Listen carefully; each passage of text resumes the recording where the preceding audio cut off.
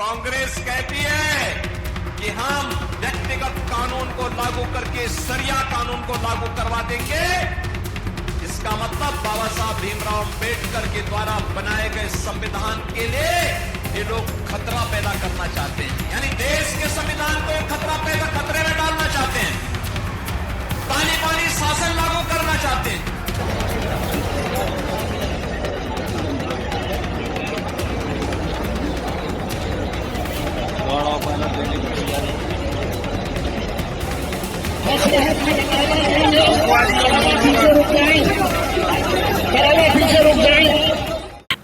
वैसे दोस्तों, इस देश में कई मुद्दे हैं जिन मुद्दों पर न केवल बात होनी चाहिए बल्कि उनका समाधान होना चाहिए। लेकिन एक सत्ता ऐसी चीज है जो हाथ से जाती नजर आती है तो वो मुद्दे नजर नहीं आते जिन मुद्दों पर बात करके समाधान किया जाए। याद आया हमेशा तालिबान, तालिबान ये, तालिबान वो, अफगानिस्तान ये, अफगानिस्तान वो, अफगानिस्तान चले जाओ, पाकिस्तान चले जाओ। ये राग किसी और पार्टी ने नहीं, पूरी जिम्मेदारी के साथ कह रहा हूं, बीजेपी के नेताओं ने किया है।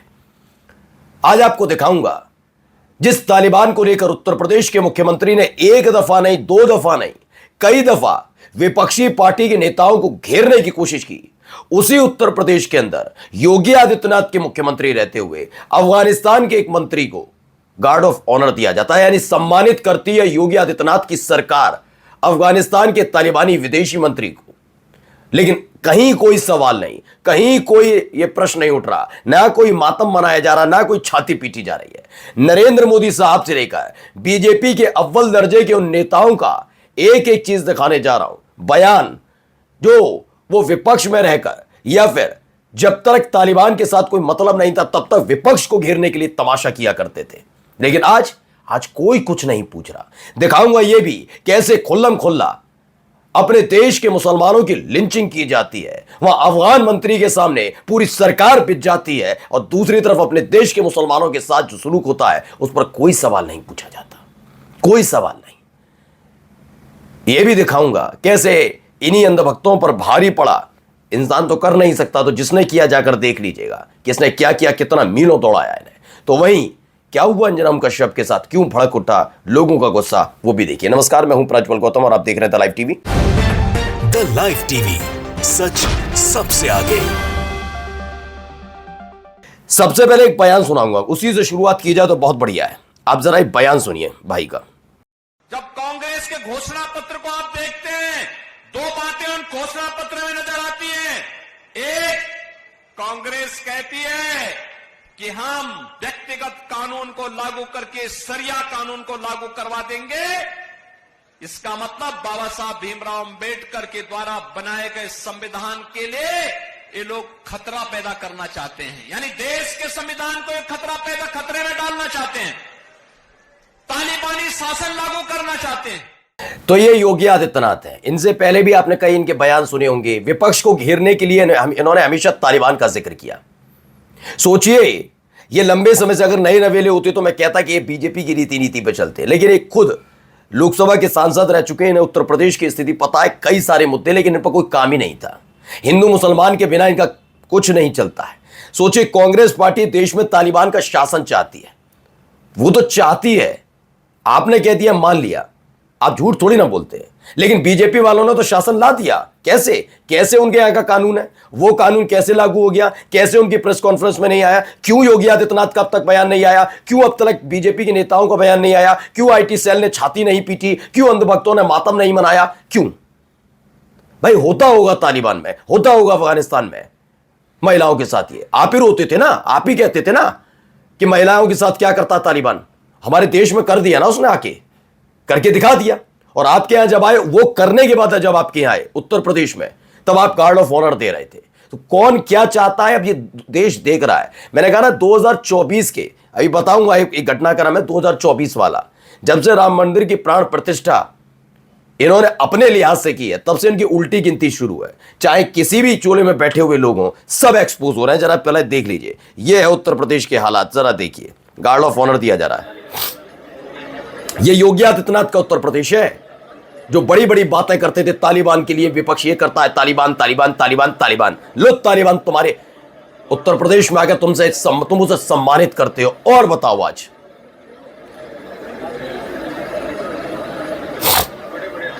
ये देखिए गार्ड ऑफ ऑनर दिया जा रहा है। ये देखिए गार्ड ऑफ ऑनर की तस्वीरें देखिए। आ गए मुत्तकी साहब।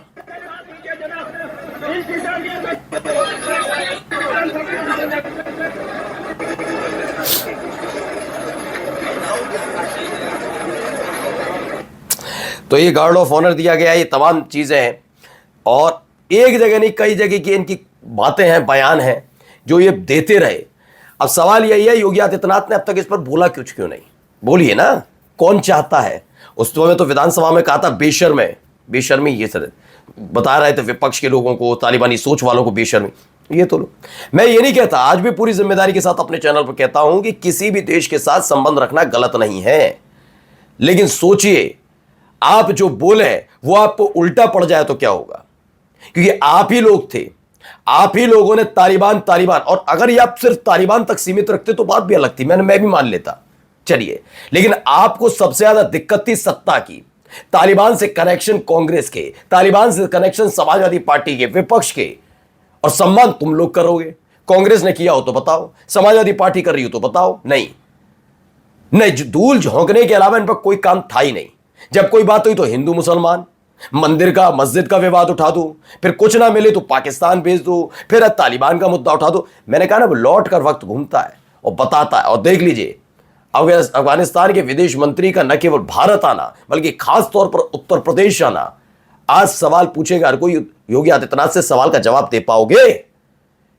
या आज भी सिर्फ यही कहना है कि तालिबान के सम्मान तो कांग्रेस करती है, कांग्रेस के कहने पर आ गए होंगे वो देवबंद देखने के लिए।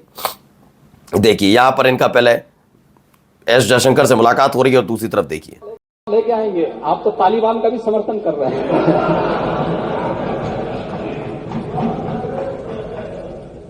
अध्यक्ष जी, तालिबान का समर्थन कर रहे हैं कुछ लोग। महिलाओं के साथ क्या क्रूरता बरती जा रही है वहां पर,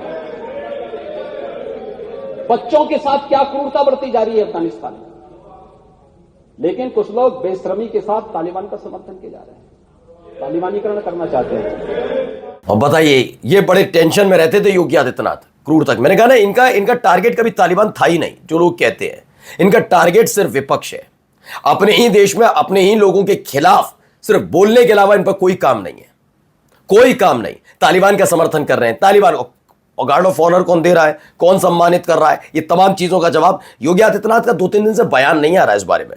तालिबान शब्द का जिक्र नहीं कर पा रहे हैं। आए ना किसी प्रेस कॉन्फ्रेंस में बैठकर बता दें क्या हुआ था। आइए नरेंद्र मोदी साहब पे भी आते हैं। साल था 2009, राजस्थान और गुजरात का जो बॉर्डर है, हमारी बॉर्डर से शेयर करता है पाकिस्तान, और Taliban is knocking at our door, take a look at their election manifesto. ये भी तब बड़े परेशान रहते थे, खास तौर, मैंने कहा ना, इनकी कोई मंशा नहीं है। अगर आप ये सोचकर चलते हैं ये खुश होते हैं, ये दुबई जाकर खुश होते हैं, यूएई, ये सऊदी अरब, ये बाहर के जो मुस्लिम कंट्री जाते हैं खुश होते हैं वहां पर जाकर, अच्छा लगता है ना वहां पर। हाँ, अपने देश के मुसलमानों के साथ करके ये सत्ता के लिए लगे रहते हैं, इन पर और कोई काम नहीं है।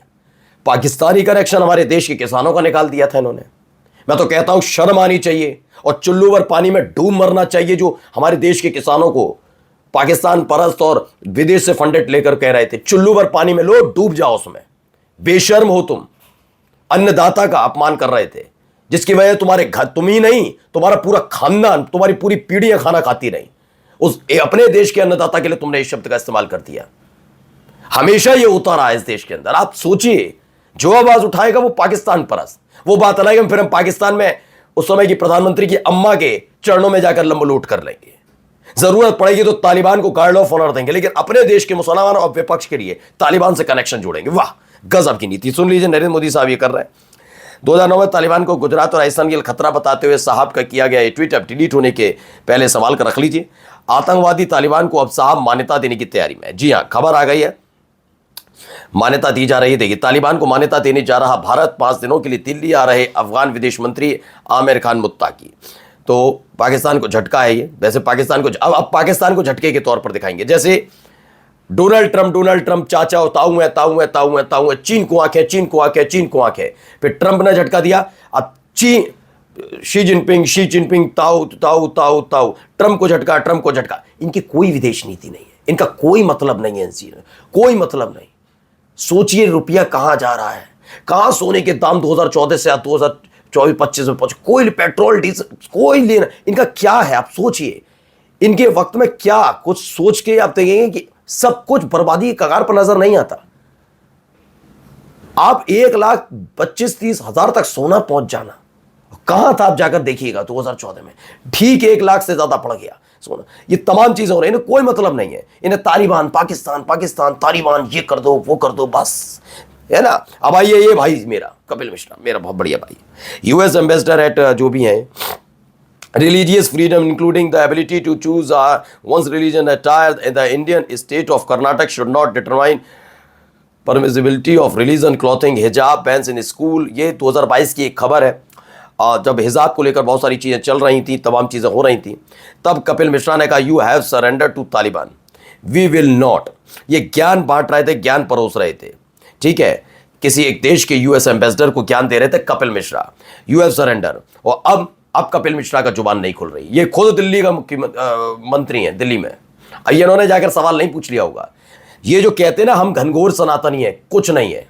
ये सनातन की आड़ में अपनी पार्टी, अपने पद और अपनी दिहाड़ी बचाने की कोशिश करने वाले लोगों का गुट है एक, देखिएगा, ठीक है। जब ये कहते हैं राष्ट्र प्रेमी, तो इन्हें कोई मतलब नहीं होता, वरना देश के अंदर व्याप्त इतना ज्यादा अर्थव्यवस्था की हालत खराब होने के बावजूद हमारे देश को लगातार अपमानित करता ट्रंप, उसके बारे में ना बोलना बल्कि उसको बार बार पीस प्राइज के लिए आगे बढ़ाने वाला, फिर चीन कूद जाना, कभी यहां कूद जाना, कोई राष्ट्र प्रेम नहीं।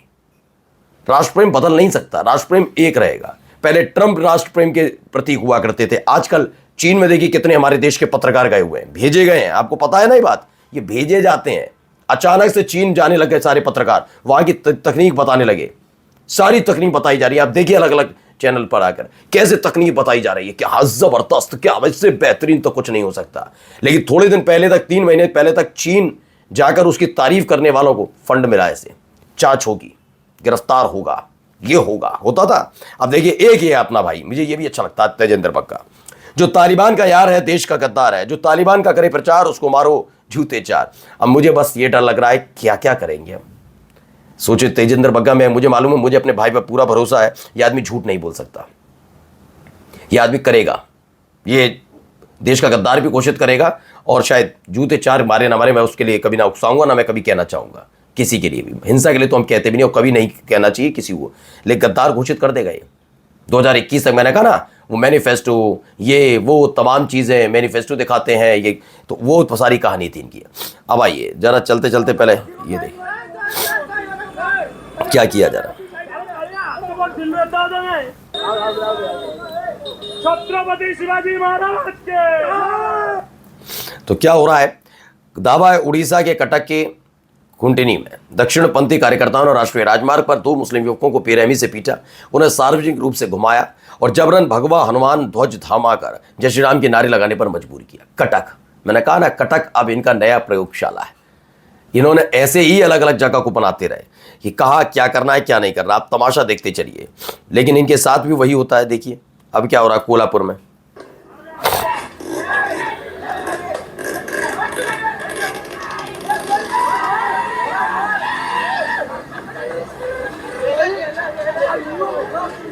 ये देखिए, अब कोई और नहीं तो यही जानवर ही बदला ले रहे हैं, क्या क्या कर रहे हैं। और जाने से पहले एक तस्वीर जिसकी हम भी निंदा करते हैं, ये तस्वीरें नहीं सामने आनी चाहिए, फिर भी आपको दिखाना खबर है। ये कुछ तस्वीरें हैं इसमें, ये अंजुम कश्यप आज तक की बड़ी एंकर हैं। देखिए जो ये विरोध कर रहे हैं, विरोध कर सकते हैं, विरोध करना इनका अधिकार है, चाहे वो महिला हो पुरुष हो, लेकिन ये तरीका अख्तियार किया गया। मैं पूरी जिम्मेदारी के साथ अपने चैनल पर कहता हूँ, हो सकता है आप मेरे से इस बात को लेकर कांटेक्ट ना, मतलब इस चीज़ को लेकर ना समर्थित हों कि हाँ भाई ये ठीक है, ना रखें मेरी विचारधारा से, लेकिन मुझे लगता है पहली चीज़ ये कि ये तरीका ठीक नहीं। दूसरा सबसे महत्वपूर्ण बात है कि महिला है। वो बात अलग है कि इन्हीं के चैनल पर प्रेम शुक्ला जैसा व्यक्ति किसी एक प्रवक्ता के लिए माँ बहन की गालियाँ देता है, गंदी गंदी गालियाँ देता है, और बाद में इसी चैनल की महिला एंकर्स उसी प्रेम शुक्ला को बैठाकर फिर डिबेट कराने लग जाती हैं। वो इनका अपना होगा। जो एक्सपोज लोग हैं उनको ज़्यादा एक्सपोज करने की ज़रूरत नहीं। आपकी नाराज़गी थी, FIR भी दर्ज कराइए, जो कानूनी कार्रवाई करनी करिए, लेकिन ये तरीका वाकई एक महिला के साथ थोड़ा समझ कर, संभल कर। नमस्कार।